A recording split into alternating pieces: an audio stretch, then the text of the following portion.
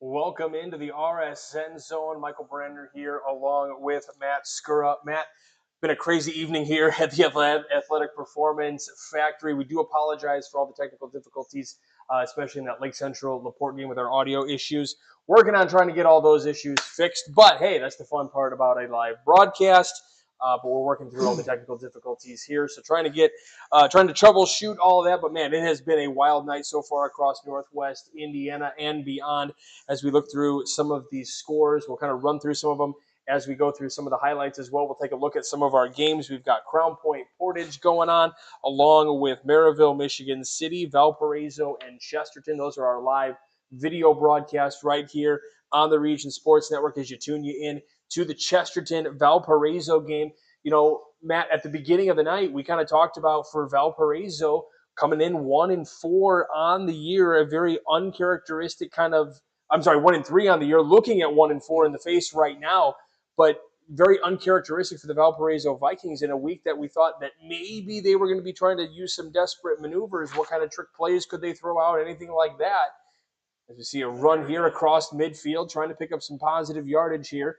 But down 21-0 against the Chesterton Trojans, who, you know, I got to see them last week. This team, it's one of those scrappy insurgent teams that they can run, they can throw. Yes, there were some drop passes last week that could have made that, a bigger margin than it was against LaPorte. But there's definitely some talent over there, and especially in the defensive end for Chesterton as well. That's what, keeping them to 10 points in this one. Yeah, they're having a strong defensive performance today, and they're moving the ball on offense too really well. They scored 21 points, but on Valpo's side, they just need to. They can't panic. They can't just go strictly to the pass. They have to still mix in the run, pass, maybe get short passes here and there, and just move the ball down the field. Yeah, for Chesterton, only scoring about 17.5 points a game, but they are giving up 20.8. So certainly getting on the board the way they are right now, already at the 21 points. So right at about a little over their season average, but giving up only 21, about just a tick under 21 a game, and they're leaving Valpo to only 10 right now. So see if they can capitalize on this. More games to tune you into. You got Crown Point and Portage. Crown Point, as we've talked about, this team is just relentless day in, day out. As it looks like we may tune you into, nope, they're going to break, so we won't turn you into the Maryville, Michigan City game. Still at halftime, excuse me. But they were going to a commercial break. But with Crown Point, obviously 33-7, their lead over Portage. For Crown Point, you wonder when, and this isn't every week thing. This isn't exclusive to Portage. It's almost an every week thing. When do you start that running clock with them? Yeah, it's nice to see that Portage is, I guess you could say, hanging in there. I mean, they scored a touchdown. They held Crown Point to 33 points in the first half. Mm-hmm. So, they didn't have the running clock. I don't remember who gets the ball to start the second half in that game, but if Portage gets the ball in the second half, they could drive down and score, make it 33-14, and then you're still, you can make it to the fourth quarter without a running clock. That's good for them. Turning back into this Chesterton-Valpo game. Valpo trying to move the ball here. Here's a run up ahead, just shy of the 15-yard line. Valpo in the position here with 2:50 left to go in that third quarter, really needing to get a score if they can.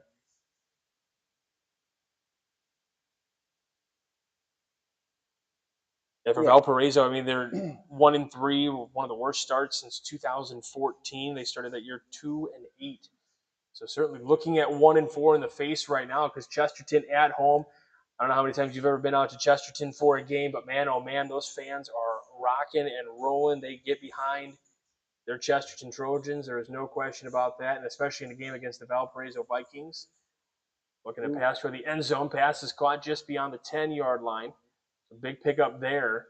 Yeah, it'd be nice to see Valpo. They need to get points, regardless if it's a field goal or a touchdown. But if they could score quickly here, get a touchdown or some points on the board before the end of the third quarter, they'll be sitting and get a stop. It's anybody's game at that point. Yeah, that's looking like a Four Seasons mechanical first down for the Valparaiso Vikings. They're going to talk things over as they're at the 9. We'll give you more updates as the night progresses. We look at that RSN and again, Berg exterior top 10. You got the Lowell Red Devils who are up 35-0 over the Highland Trojans. We were kind of discussing here is Valpo airing it out to the end zone, back of the end zone. So nothing to do there with a $1:37 to go in that third quarter. So it'll be second and goal coming up. We talk about possible movement in this RSN zone or RSN poll, and we were talking about the Hobart Brickies coming in number 2. Yeah, they're down 17-0 in the third quarter. To the Andrean 59ers, and we'll see what happens on second and goal here. Because I believe it's second and goal. Our graphic still says first. We'll have a whistle and a timeout taken by Chesterton. If you see on the screen there before when Valpo was in their spread formation with 5 wide receivers, a little quarterback draw or something might get them some yards, maybe even the touchdown, because they didn't. Chesterton at that point didn't have anybody in the middle of the field. Trying to look into to spy the quarterback or something, middle linebacker there or something. So keep an eye on how the offense comes out there now, because obviously the defense for Chesterton didn't like what they were seeing there in that spread that you were talking about there, so they want to try to make sure all that's covered the way that it's supposed to. But yeah, Andrean up 17-0 right now in the Hobart Brickies. So obviously they're if that score holds the way that it is right now, obviously you got to look at maybe dropping the Hobart Brickies. How far do you move up the Andrean 59ers? You got Maryville that's on top of Michigan City 24-7. So does Maryville jump back up into that 2 spot from 3, or do you give Andrean a lot of credit beating the number 2 team and move them up to 2 and just leave Maryville where they're at? Well, the committee will decide those things as we are second and goal here, waiting for this play for the Valparaiso Vikings, who do not want to look at 1 and 4. Pass towards the end zone. It'll be incomplete. Looking for flags, and we do have one. Yeah. Roughing the passer. Oh, holding on It'll Valpo. be holding against Valpo. So that's a big, unfortunate call for the Valparaiso Vikings, because that will push them back a little bit farther. Obviously, you're making your plunge towards the end zone, but now you're moving the line of scrimmage back a little bit. Now you're at the 19 as opposed to the 9. Yeah, and the good thing for Chesterton right there is it keeps taking time off the clock. Right. Yeah, absolutely. We get more scores here as the night progresses, and see if we can get you maybe a double box here at some point when other games get back to action. Looking to pass towards the end zone, and on second and goal. Miscommunication there. Yeah, look at the receiver may have stopped a little bit short, looking like he was going to run toward the end zone, but I think we're lucky that there wasn't a pickoff there for the Chesterton Trojans. 2 defensive touchdowns last week for Chesterton. Luke Sanderson with 2 of those.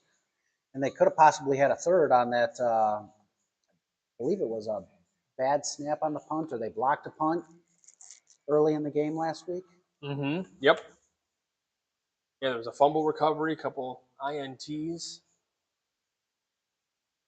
Scrambling towards the end zone, and this one is in for the touchdown for the Valparaiso Vikings.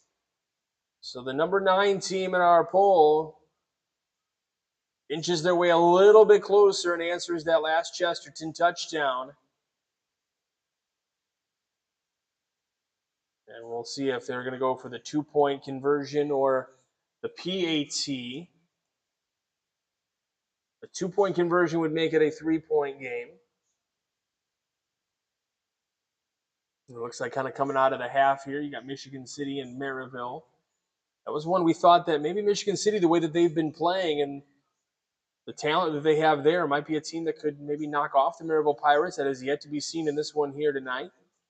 Looking to run it out to the side. This one is going to be incomplete. So a failed 2-point conversion will leave it a 21-16 game in the third for the Chesterton Trojans and the Valparaiso Vikings. So we'll get ready for kickoff of the second half here between Maryville and Michigan City. Always love going out to Michigan City. Fun place to go catch a game. selfishly from the press box perspective, always great sights. Yeah, I haven't been up in the press box there, but I did get to go out to Michigan City when they were in the semi-state and they Yeah, played Zionsville the a few years back. just a few. Always good food selections in the Michigan City press box as Oh yeah, well. I don't know. I think Munster is probably the tops. Okay. When Coach Marsh was there and Yeah. Coach Marsh's wife, they put on a fantastic spread over there. And being an opposing team's coach, Yeah, you always get into the yeah, we get lucky enough sometimes yeah. There's where, always a sandwich or something laying around for you, right, or a right, cookie or so. but very generous over there at Munster with, We've had a few employees here at the Region Sports Network that as soon as they walk into the facility, they knew exactly where those hospitality rooms were. Won't name any names, Brandon Root, but you knew exactly. As soon as you walked in, it was instantly, hey, the hospitality room's over there. Okay, thanks.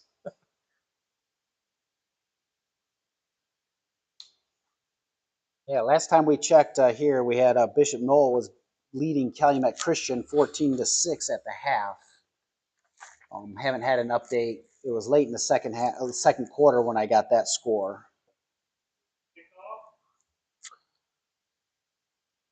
Kickoff over at Chesterton, and we just got an update. Culver Academy up 35-0 over Hammond Central. So I did promise, I made a guarantee here on the Region Sports Network earlier that either Hammond Central or Culver was going to get their first win of the season, and right now it's looking like Culver Academy.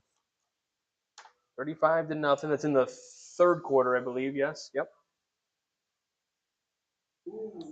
I say they're going to get their first win because both of them 0-4. So able to break that news for you. Still at the half, Crown Point Portage 33-7. So one of our 3 games here on the Region Sports Network with live video. We've also got Lake Central and LaPorte for audio only.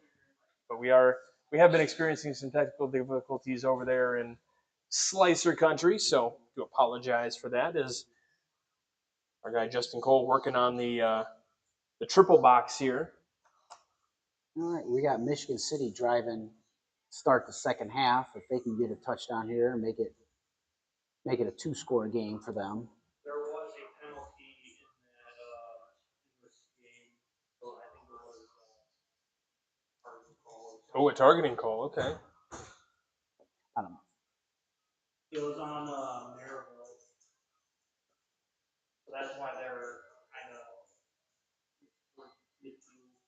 There you go. First down for Michigan City. Was the player disqualified? Do we know, or? I don't know. All I seen was a personal foul on Maryville. Okay, thanks Justin Cole for that. Interesting calls. You don't see targeting too much in the high school game as much. No, Emphasis definitely in the college ranks. Of a holding call here. Okay. Yeah. I know in the high school practices and stuff like that, there's a big emphasis on tackling The fundamentals, and like the gator roll type tackle. Mm-hmm. And things like that. So not to say that the college players don't do that. They just usually a faster paced game and more physical for sure. Yes. That's a big hit right there by Valpo. No, a hit like that, you might see a flag thrown in the college game because of the player was defenseless. And people can agree, disagree, whatever they want. In some of these cases, guys are moving so fast, and you can't just expect everyone's momentum to just stop on a dime when a guy catches the ball. Like you're going for you know where the ball is coming. You want to make sure the guy doesn't get anywhere. Guy moves one direction, and you're not anticipating that. Sometimes it's hard to, especially for officials, to make they don't want to make the calls sometimes, but by the letter of the law, they have to. Yes, and you get those targeting calls where the ball carrier lowers their helmet, right, when the defender was low to make the hit, and then all of a sudden now it's a helmet to helmet hit instead of a trying to helmet to waist or midsection. Yeah. Trying to be safe with the right. So that hit that we did mention was a penalty, as you were saying that in the college ranks, it might be a penalty. So that might be for a defenseless receiver. You don't want to say it's a ticky-tack call because the receiver wasn't prepared to take a hit, but at that point, you're a wide receiver going across the middle. You know somebody's going to come hit you. Right. You know, And again, the Valpo player didn't come in with his head down and drill No. him in the back or anything like, yeah, you egregious understand like that. you understand the flag, but at the same time, you can understand if there was no call as well. It's one of Yeah, those so 50-50 kind of calls. and the ref's not going to be right regardless because somebody's going to be unhappy about it. Which that hurt Valpo big time there because that gave Chesterton a first down and 15 yards. Yeah, so big call against the Valparaiso Vikings. So after just getting a big score, missing on the 2-point conversion to make it a 3-point game, it stays a 5-point game, and now you got Chesterton in Valpo territory now. So we bring you back to Michigan City here. Bring you other scores here in just a little bit. We were mentioning we got Bishop Knoll up 14-6 on Calumet Christian. We had last check I had Hanover 3-0 at Kankakee Valley. Yeah, that was a halftime score last we saw. Not at Kankakee Valley, but versus Kankakee Valley. Big return here down the sideline. That looked like there was a. That's going to be a touchdown for the Maryville Pirates. That's a 97-yard punt return. That is a big return and a big gain for the Maryville Pirates. So in a game where we kind of thought that maybe Michigan City might be able to, the way they've been playing, and if they can clean up some of the mistakes that they have been called for, maybe we see upset Central. And Maryville says, "You guys don't know what you're talking about." I'm sure they had us on in the pregame locker room speech, listening to the docile tones of us. I cursed Michigan City on that one. Start of the fourth quarter over in Chesterton. And they're about to come out of the halftime over in Portage as well. We got Westside Cougars were down 13-0 at the half. It was to Stratford Spartans out of Tennessee. Oh, do we have a... They blocked the PAT, but they can't return the PAT. The extra point was blocked, but yeah, you can't return the PAT, so the whistles were blown immediately. But it's a 30-7 ball game over there in Michigan City. Don't have a score of that Munster East Chicago game, as we mentioned, so trying to see if we can get that score potentially. So if you have any connections while you're tuned in here on the Region Sports Network, if you wouldn't mind maybe trying to throw that in the comment section, we'd love to have that.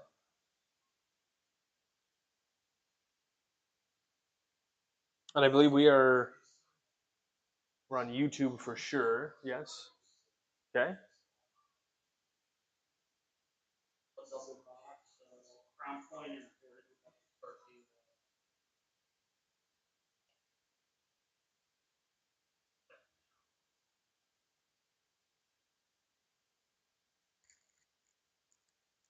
Last check, we had Griffith still up 35-7 over River Forest. I don't know if that score has changed at all, but just looking to see if I can find see if something that on that. changed a little bit.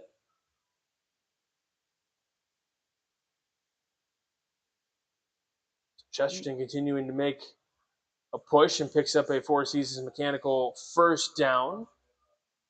Another first down. You can run off another couple of minutes off the clock there, and just kind of getting that fourth quarter started. And Portage going to be ready to.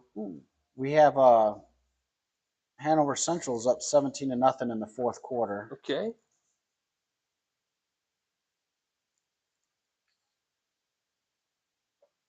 Coach Bartolomeo will be happy if that score holds. Yeah, happy Bartolomeo household tonight. Now you've done the coaching thing. Does that wins, losses, does that affect how the rest of your weekend goes? Yes. I'm sure spouses love that. Not so much on that side of it. I don't never came home from a game ranting and raving about anything, but you do come home disappointed, like you could have done something more. Even though you're coaching, you can't perform on the field. You you sometimes think, did I prepare the kids enough, or did we get the kids prepared enough to do Yeah. something? But it's the same thing when you watch the Bears or Notre Dame and they lose. You can't control what happens, but you still feel miserable. Yo, yeah, I can only imagine.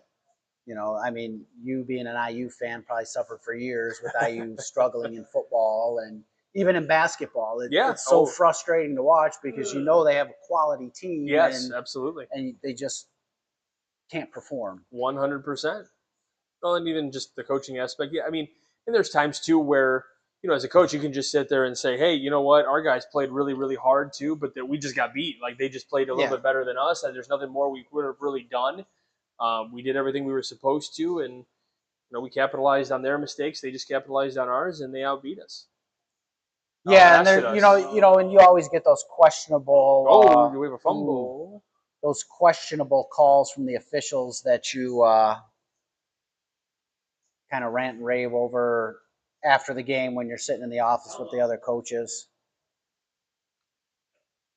Yeah, it looked like he ripped off I'd say Hunter that, yeah. Boyd's As helmet we there. zoomed in a little bit, He shouldn't have to come off the field, in my opinion. But the rule is the helmet comes off. I think they got to sit out a play. well, and they probably didn't see it in real, like they didn't see the replay, obviously, like we got to, or see it how we got to with a zoomed in. I mean, obviously they're more zoomed in than we are, obviously, but they not have Yeah, it had looks that like they're same. letting him stay on. Yeah, he's probably getting the signal from the sideline. But It is 4th and 13, so we are going to take, or Chesterton's going to take a timeout here.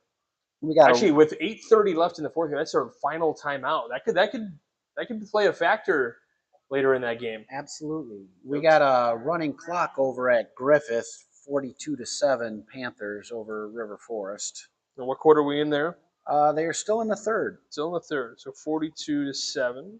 Okay. Taking meticulous notes here on the RSN zone, making sure that got everything we need for the RSN wrap-up show for you.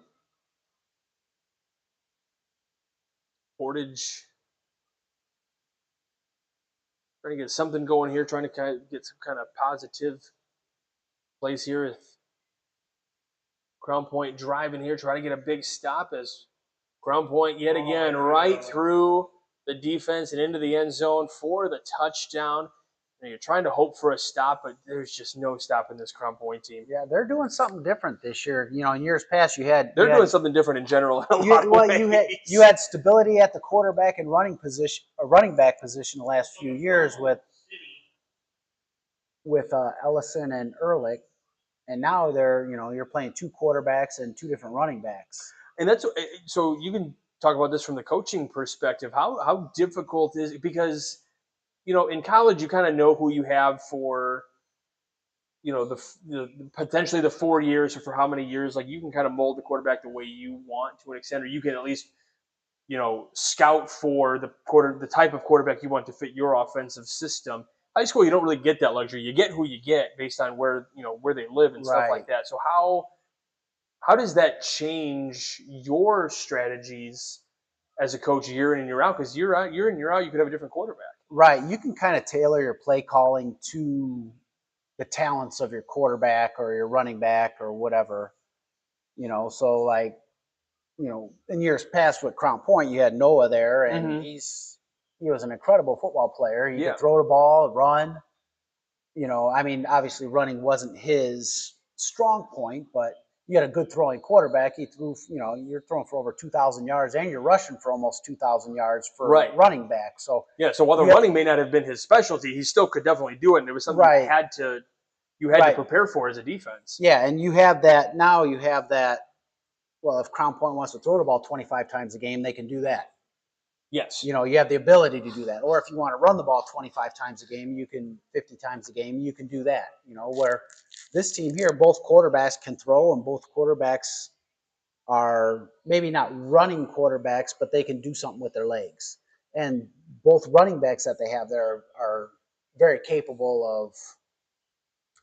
So I think I'm going to rephrase the question kind of a different way. So in the NFL and in college, we hear so much about certain coaches because of their offensive prowess or their defensive prowess. high school probably has it. Like certain coaches are kind of known for more of the defense versus the offense, or offense versus the. So if you're a coach that is more of a defensive mindset, and you have to, change your quarterback scheme, is that easy to do on a year by year basis, or does that make it a little bit more challenging? It probably makes it a little more challenging though. But if you're a defensive minded coach, you're relying on your offensive more than likely going to run the ball more than pass, just so you can grind it out, and your defense doesn't have to be on the field as much.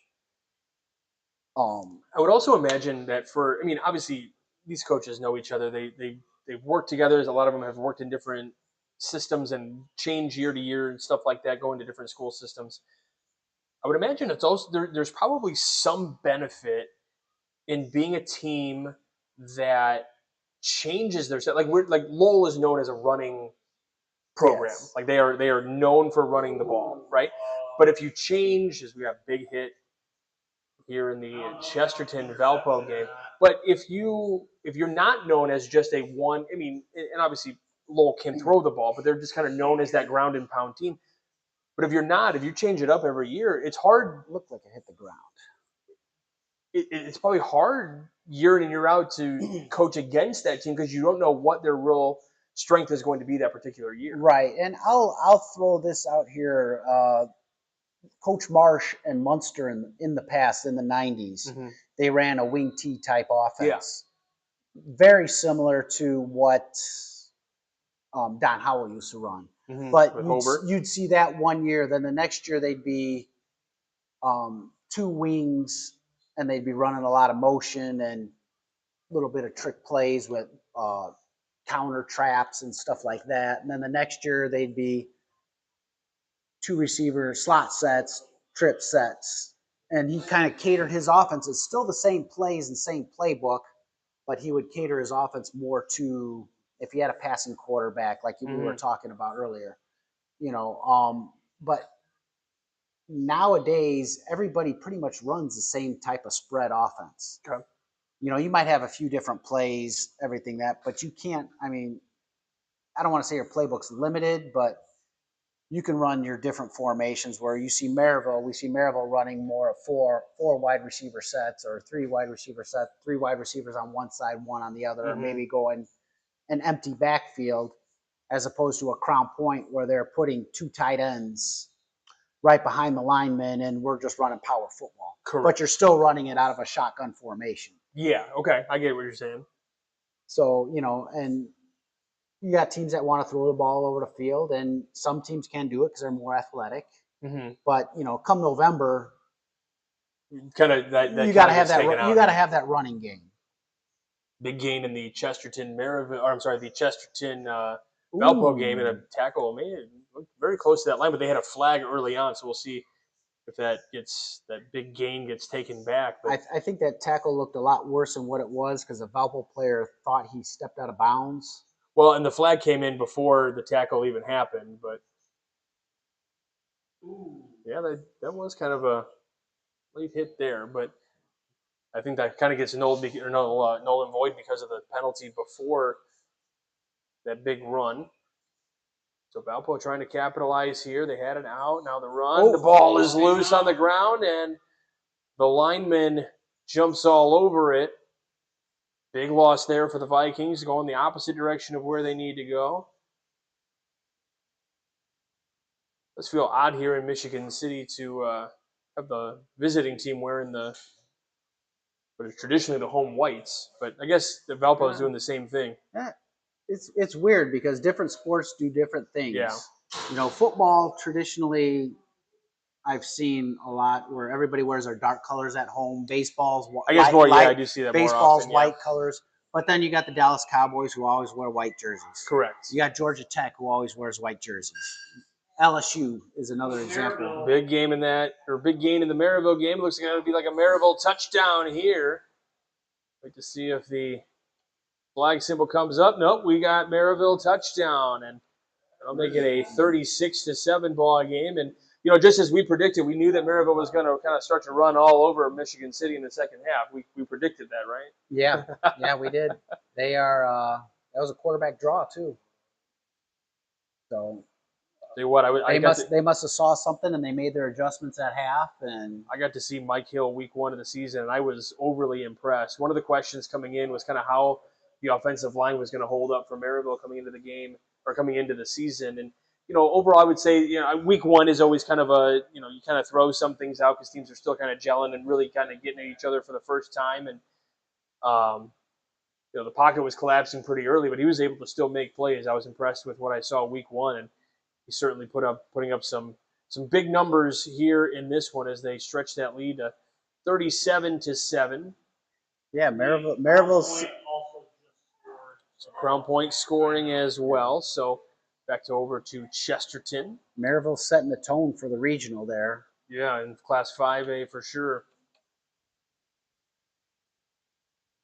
Now, you were part of I was kind of overhearing a little conversation here at the Athletic Performance Factory a little bit ago. You guys were having a nice discussion on, maybe some of the top historical coaches. Yes, we were. I think there was definitely. Here comes Chesterton with a breakaway. Gaining some big yardage, and we do have a flag on the play as he's tackled around the 20-yard line, it looks like. Probably going to get some type of illegal block there, I would venture to guess, unless they grabbed the face mask when he was slipping through. Let's see here on this replay. Yeah, there's a hold right there by 15. I was thinking about having you rehash the whole conversation, who you were going to pick, but I don't want to put you any bad graces with anyone. No, there was several coaches. We really didn't label our top 1, 2, 3, 4, but we were just trying to, almost like your Mount Rushmore of region football coaches. Okay. And I like it. You got to have Coach Howell on there. Absolutely. Coach Racky, Coach Buzz for what he's all the work, his body of work at Portage and at Crown Point as well. Coach Kennedy. Yeah, we were talking about Kirk Kennedy as well. Yes. Coach Marsh from Munster was kind of thrown as a Coach Marsh from Munster was thrown in there. Coach Britton from Lake Central.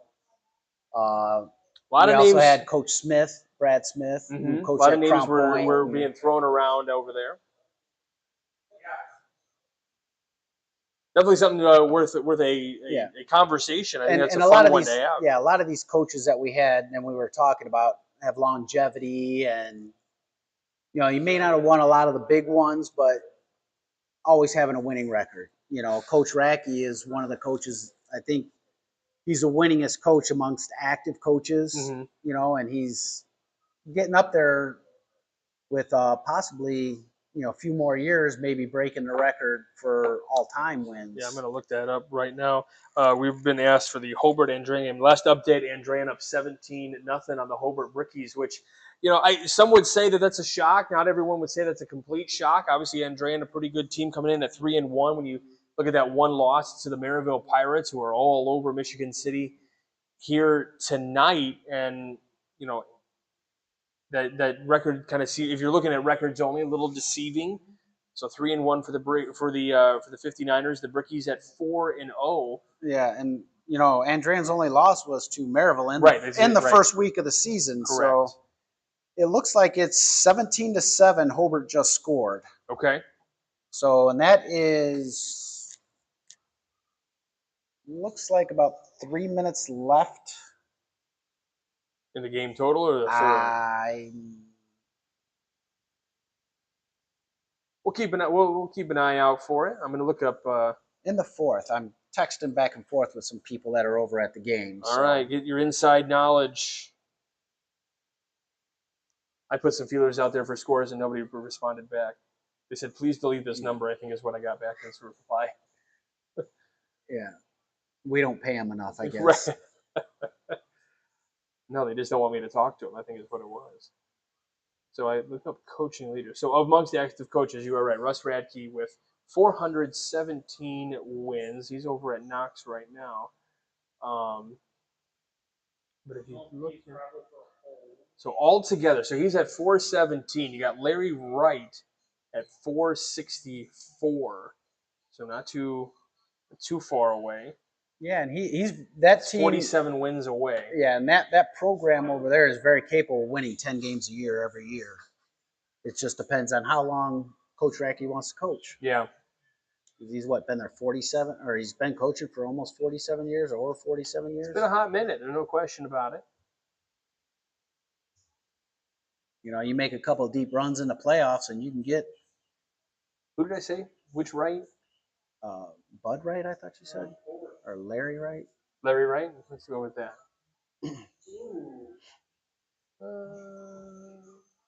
He coached down there in Sheridan or something. Looking it up. I already don't remember what I said. It's a weekend. Yeah, Larry Wright. 464 wins.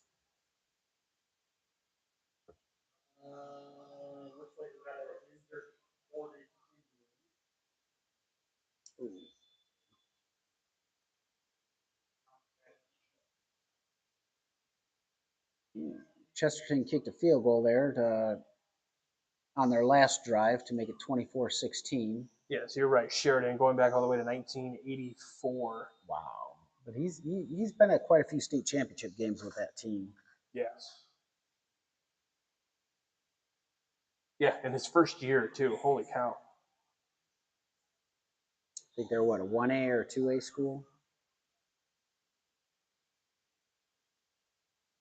8 state championships. They haven't had one since 2007.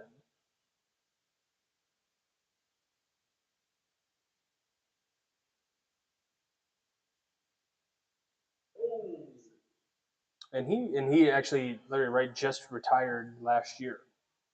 So this will be their first year at Sheridan without, because he is not amongst the active coaches, which is crazy. So he just I think retired. he coached 50-something years too, didn't he?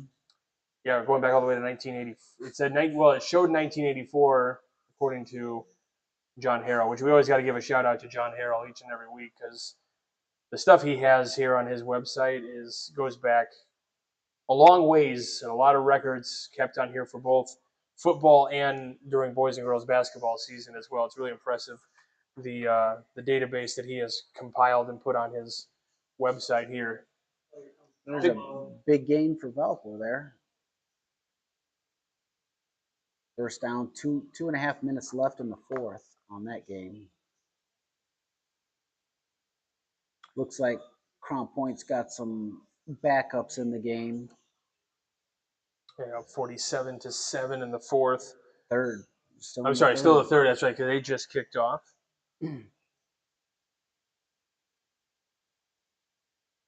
So Valpo game's rolling right along for a lot of passing going on.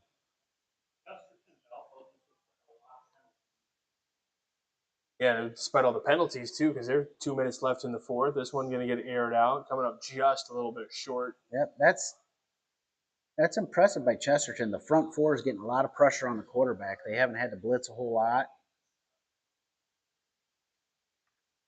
And I think it's what, Chesterton or Valpo Crown Point next week, isn't it?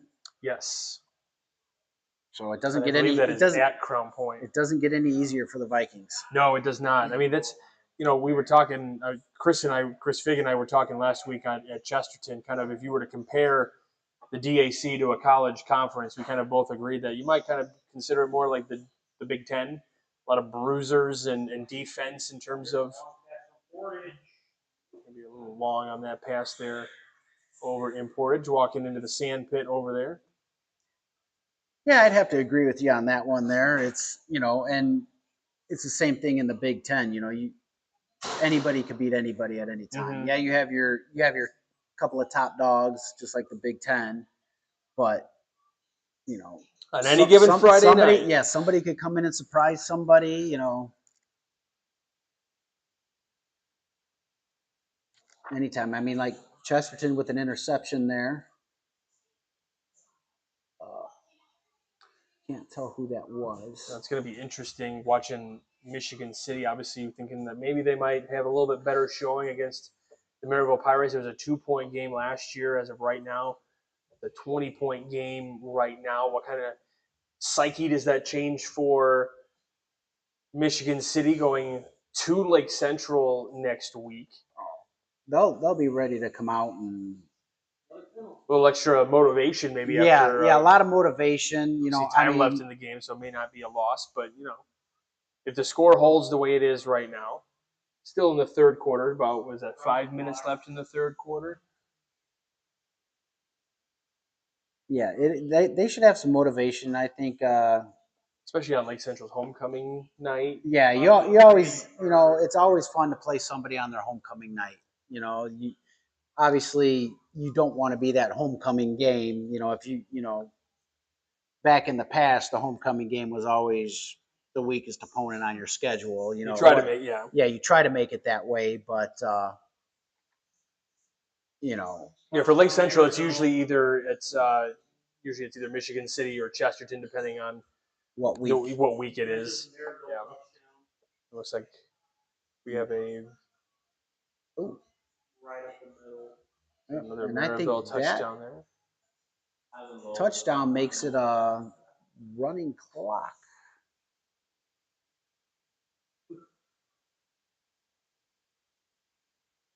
Well, I'm watching the video behind us. That's like from a half hour ago behind us. A little behind there.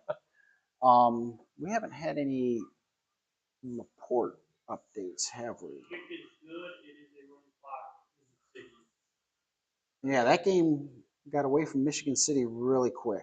Which you did say, like, this could be a game where Michigan City could come and maybe give Maryville a fight, or this game could get out of hand really quick. And with the game being so close last year, maybe that's a motivation enough for Maryville to just want to put it to them. Yeah, put it We got out of reach early. Laporte is up on Lake Central 27-10 with 35 seconds left in the game, it looks like. Yeah, I overall watching Laporte last week, I was very impressed just with their abilities over there. Definitely much improved from last year. And I think they went through a couple of coaches in a couple of years too over there. So it's kind of hard to get momentum going when you can't keep a consistent foundation.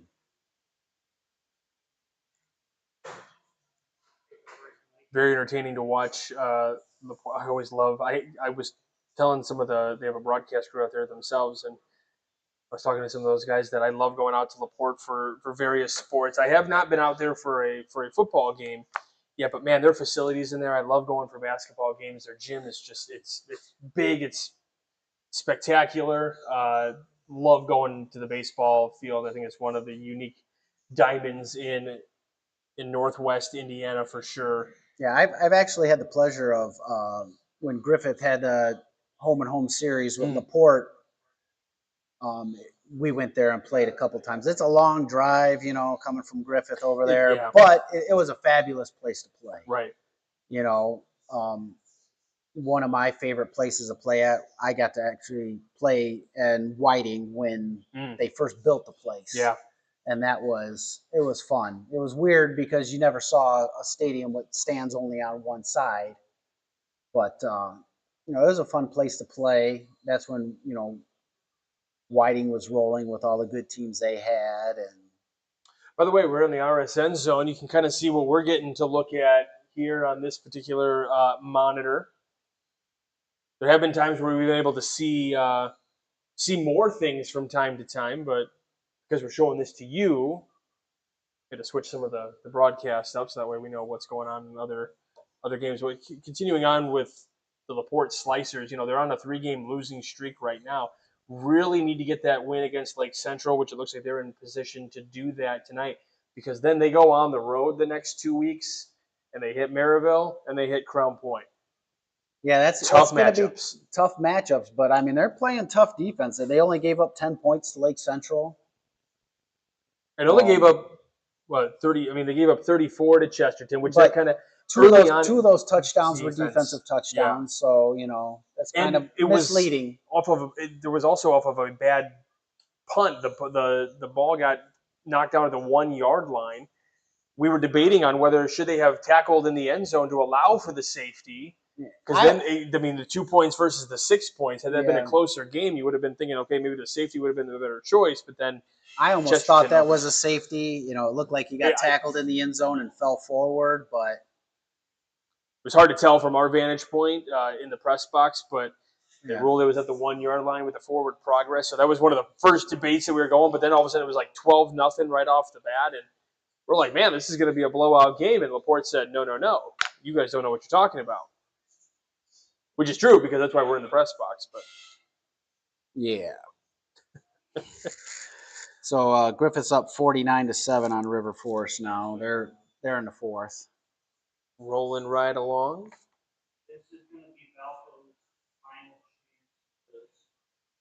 chance. Because it looks like both teams don't have any timeouts left. So all timeouts have been burned over in Chesterton. I know Chesterton didn't have. I mean, they haven't had timeouts since like the 8-minute mark.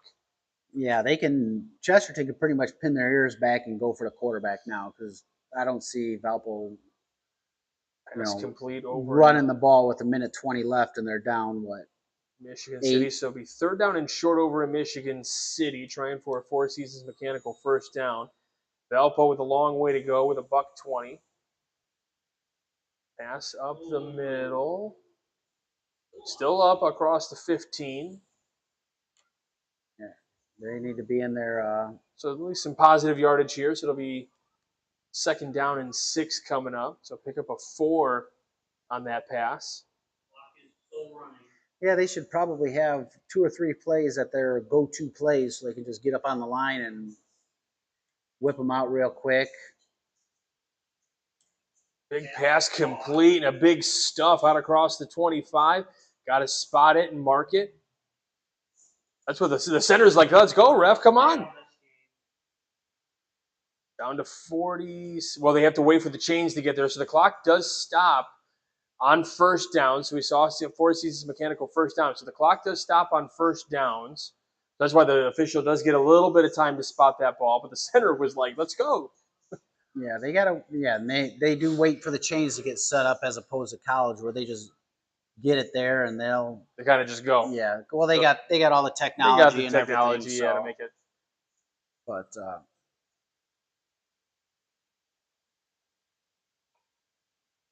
so an 8-point game over in Chesterton. If Valpo can score and get that drop pass, so that'll stop the clock with 38 seconds. Still, you can still throw over the middle, but if you get a long run or something like that, that clock can run.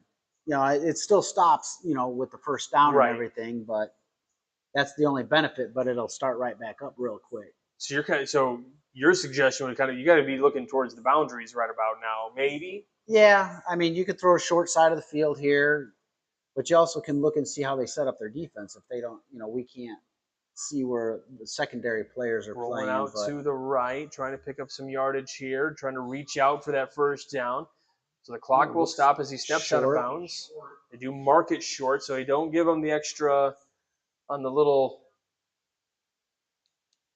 hand forwardness. Let's see, we got a replay here. And see when he stepped out of bounds. Yeah. It's tough for those refs when he's moving forward to see where he reaches with the ball. So this is actually this is 4th down for Valpo. So this is actually really that is actually a more critical call than I realized. Because you got to pick this up, otherwise it is over. We got a flag and pass complete to the 40. So probably going to see a holding call there on Valpo. Maybe not. I saw the official decline. It looked like he was. Yeah, I say that looked like it was a holding there. Valpo lineman tackled. But if you decline the penalty, then that's a turnover. Yes. No, the play would stand. If they decline it, it's the result of the play. Oh, right. Okay. So in this, so they want to. Because I thought I saw the officials show decline. Yeah, you want to take that. Maybe that official the pass was an incomplete pass or something. But if the pass was incomplete, then obviously they would say, yeah, you decline it. And so now it's instead of 4th and 1, it's 4th and 11.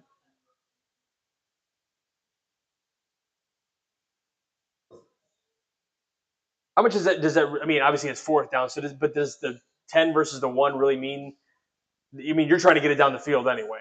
Yeah, it's which they are trying Obviously, to air it it's- out down the sideline. Pass is just wide out of the open. He hands. catches that, and that's a touchdown. And he is going for the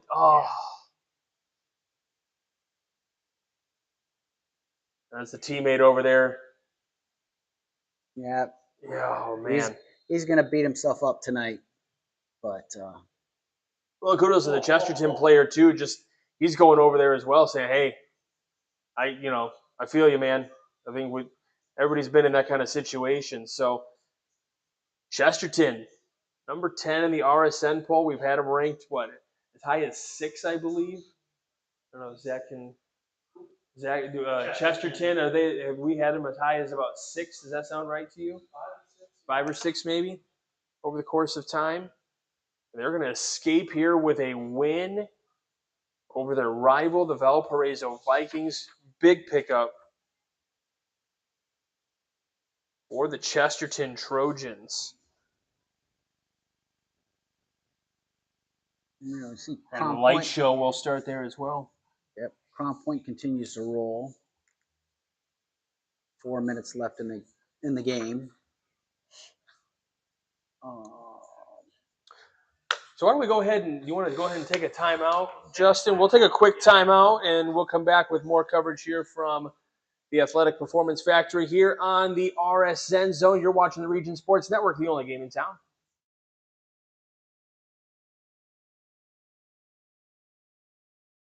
Hi, my name is Mark Macknick. I'm the owner of Mark Macknick CPA firm in Highland, Indiana on Kennedy Avenue. I've been working with Region Sports for years now. Started working with Chris years ago, just on some special projects, advertising here and there. After a while, kind of increased the advertising. Mainly was doing it for the community involvement. It's such a great network and program they do with the high school sports. But as time went by, I started getting on there more frequently. And then the phone starts ringing. And I was getting calls all the time from people. Hey, I saw your ad on so-and-so football game. I saw your ad on a basketball game. And it's really helped my business. It's increased the volume. We're a tight community in Northwest Indiana, sports-wise, and just a lot of community involvement. So that's mainly why I got into it. I remember watching one game. It was a basketball game, and I think there was a little bit of an altercation. And as the altercation was happening, my ad was right on the bottom, and someone typed in, "I wonder what Mark Macknick's thinking right now." And I was thinking, wow, this is awesome. It's really been a great feature for my business. It's the only advertising I do. I don't advertise anywhere else other than Region Sports. It's for the business, but mainly for the involvement with the community. I played high school baseball here in Highland. And ever since I've been advertising on Region Sports, a lot of my old coaches are now my clients. A lot of my old teammates come in here. My recommendation, if you're a business here in Northwest Indiana, I think Region Sports is, for your money, it's one of the best places that you can advertise. I mean, I can advertise on billboards. I could do anywhere I want to. And I choose Region Sports mainly because I get a lot of feedback. Especially on the high school level, a lot of the parents, if they can't make a game, they're watching it online, they're watching a replay, the grandparents. So it's done wonders for my business, and it's my go-to for advertising. It's the only spot I would advertise. So if you're a business owner in the area, really look into advertising on Region Sports. It's going to be well worth your money, and you'll make tenfold on what you're spending. Region Sports Network, they're the only game in town, but they're more than just a game.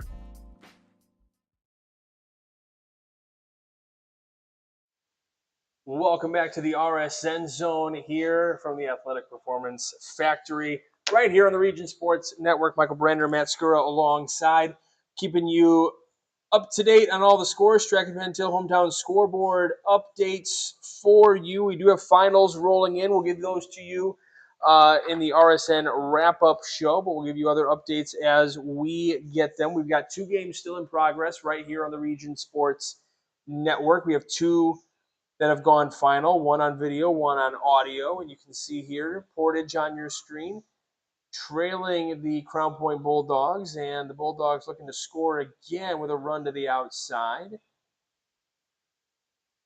Then Maryville up 44-7 on Michigan City. That's a 5 versus 3 matchup. So that score deficit definitely would probably surprise some people the way that Michigan City has been playing so far this season. Yes, and it's tough to tell because they played well up until this point in this game. You know, I mean, the Valpo game, there was a lot of turnovers and things like that, but yeah, they escaped that one 27-21. They're averaging just under 30 points a game. So for Maryville to keep them up to 7 is pretty impressive, whereas Maryville kind of gives up about 23 points a game. yeah, and I think a lot of that 23-point average was the Crown Point game too. Yeah. Yeah, but I mean, the Pirates got a great dual threat quarterback. You know, a two-headed monster at running back right there. So they're gonna make some noise in the playoffs. Well, sectional is certainly one that Maryville would be the favorite for. They'll have Hammond Central, Munster, and Morton in that sectional. So Maryville, obviously in Class 5A, the odds-on favorite in that sectional. And as you start looking at regional, you know, that's where, you know, there might be some question marks as to who you might face. And a lot of times it's that Valparaiso Viking team, but the way they're playing so far, obviously looking at what they're at 1-4 now. Yeah, looking at it right now today, it could possibly be the Chesterton Trojans playing in the regional. Very well. I mean, we've seen that Maryville-Valpo matchup the last 3 years in regionals, with Maryville winning 2 of those 3, the last 2, in fact. Last time they played someone other than Valparaiso was Penn back in 2021. And that was Class 6A, by the way, 6A. As well. Elkhart before that. Let's see if we get any other. Crown Point took a knee, and they're just running out the clock now. So that one's going to go final here. And we got Maryville up on Michigan City 44-7 with a running clock there. So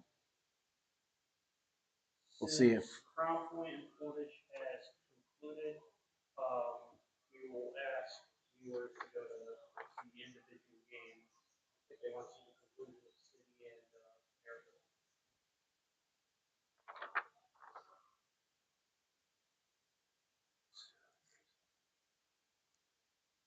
Sorry, repeat that again, Justin. Sorry. Because Crown Point and Portage has just ended, we asked viewers to go to the City Maryville game. Okay. If they want to watch the conclusion. Does that mean you want to? We're going to wrap up the RSN zone. All right. I just wanted to make sure I was wanted to make sure I was understanding that in my head correctly. All right. All right. So yeah, NFL overtime rules. Here we go. So we are going to politely ask that you go over to that Michigan City Maryville game. So find that on your stream on whatever social media platform you're watching us on, whether that be Facebook, YouTube, or right here on the Region Sports Network, regionsports.com as well. So head on over to the conclusion of that game, and we're going to wrap things up here on the RSN Zone. We'll have more. We'll have all the finals for you, or as many as we can possibly get, on the RSN wrap-up show, which will come up in, I don't know, half hour, we'll see. Hour-ish. Okay, we like the ish time around here. We don't like to set firm deadlines. You know, we like to have some fun with it a little bit. So keep watching keep refreshing your social media platforms, because you never know when these mugs are coming back on. All right, so be ready for it. RSN wrap-up show coming up on the other side in just a little bit. But this has been the RSN Zone here on the Region Sports Network, the only game in town.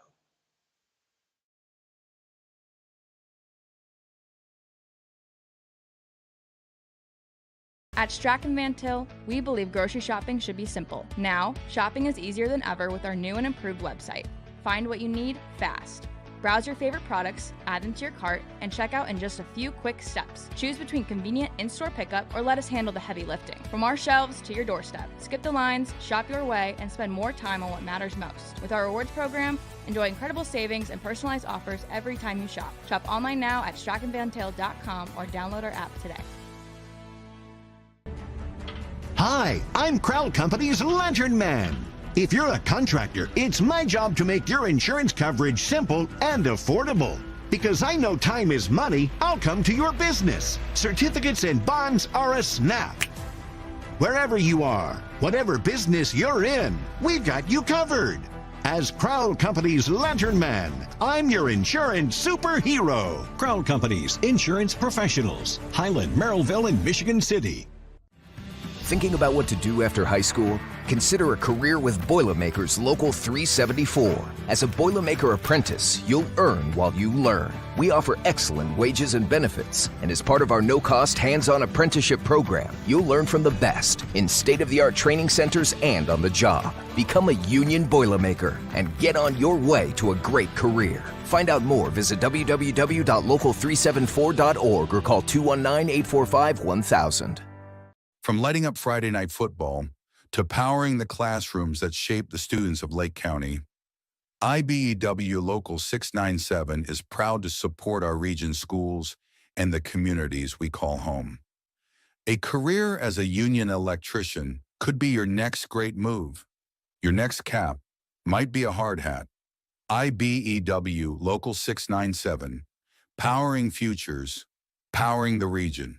Four Seasons Mechanical proudly serves Northwest Indiana, providing quality, reasonably priced, reliable service. With a quality and comfort guarantee, the professionals at Four Seasons Mechanical offer a wide range of services in heating, ventilation, and air conditioning. Whether it's residential or commercial, Four Seasons Mechanical is there 24/7. To find out more, the website is fourseasonsmechanical.com or give them a call at 219-756-7020. Four Seasons Mechanical, your indoor air quality specialist.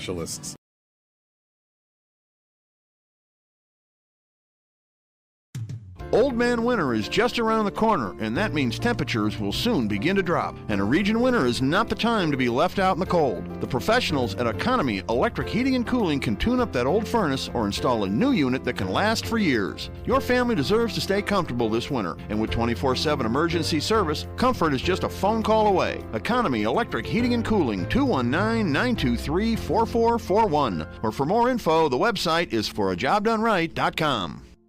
Earn while you learn from the best hands in the business. The Bricklayers Allied Craft Workers for Indiana, Kentucky Apprenticeship. That's right, this is a paid apprenticeship.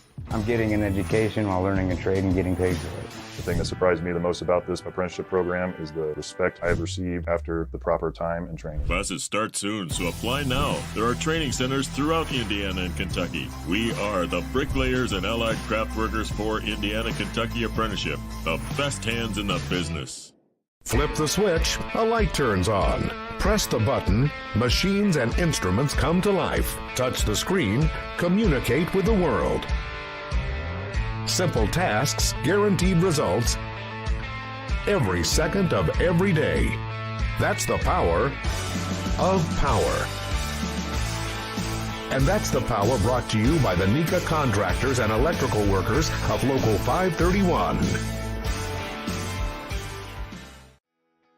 Calling all current and future homeowners in the Northwest Indiana area. Whether you're buying or selling, Brent Wright is here to make your real estate journey smooth and successful. With years of experience, personalized service, and a deep knowledge of the market, Brent will help you find the perfect place or get the best deal for your property. Call today at 219-406-7195 and take the first step toward your real estate goals. Contact Brent Wright, the right way to buy and sell real estate.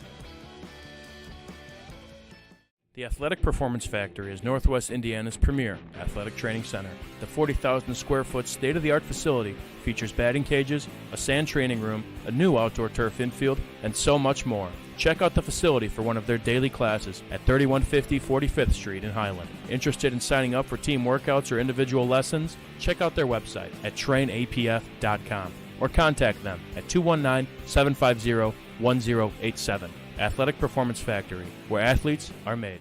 Blythe's Team Sports in Valparaiso is a leader in athletics apparel and equipment sales. With in-house production including screen printing, trophies, embroidery, and more, Blythe's can help you to create the perfect look. For more information, visit them online at teamblythes.com.